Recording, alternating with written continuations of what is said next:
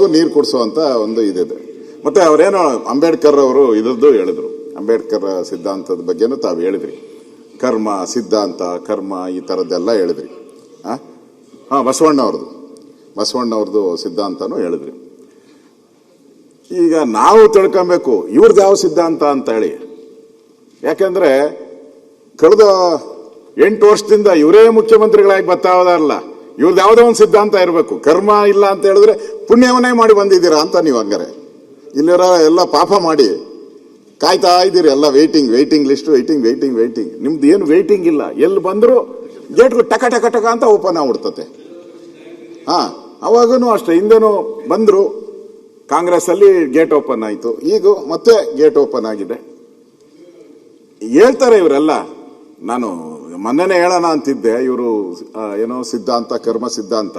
ನಾನು ಬಡ್ಜೆಟ್ ಅನ್ನ ನೋಡಿದೆ. ನಾನು ತಾವು 7 ಗಂಟೆ 8 ಗಂಟೆ ಅವತ್ತು 10ವರೆಗೆ ಕರೆದಿದ್ದಾರೆ. ಎಷ್ಟು 10 15 ಅಲ್ಲ, ಮುಹೂರ್ತ ನೋಡಿ ಅಂದ್ರೆ ರಾವು ಕಾಲ ಬಿಟ್ಟು ಕರೆದಿದ್ದಾರೆ. ಹೇಳೋದೊಂದು ಮಾಡೋದೊಂದು ಆಗಬಾರ್ದು ಅಂತ ಸಿದ್ಧಾಂತಗಳಲ್ಲಿ. ರೇವಣ್ಣ ಇಲ್ಲಿದ್ದಾರೆ, ನಿಮ್ ಕಡೆ ಇಲ್ಲ ರೇವಣ್ಣವರು.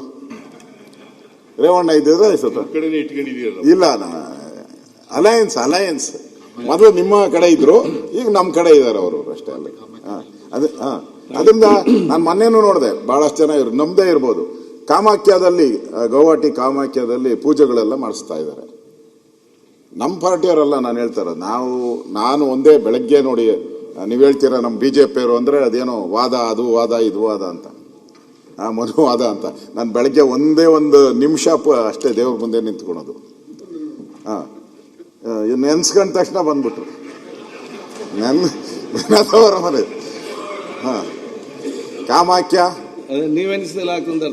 ನೋಡಿ, ಕಾಮಾಖ್ಯದಲ್ಲಿ ಪದೇ ಹೋಗ್ತಾರಲ್ಲಿ, ಶಕ್ತಿ ದೇವತೆ ಶಕ್ತಿ ಕೊಡ್ಲಿ ಅಂತ ಹೋಗ್ತಾ ಇದ್ದಾರೆ.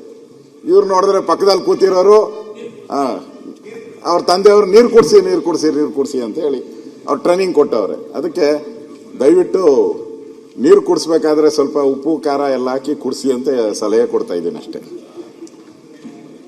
ಮಾನ್ಯ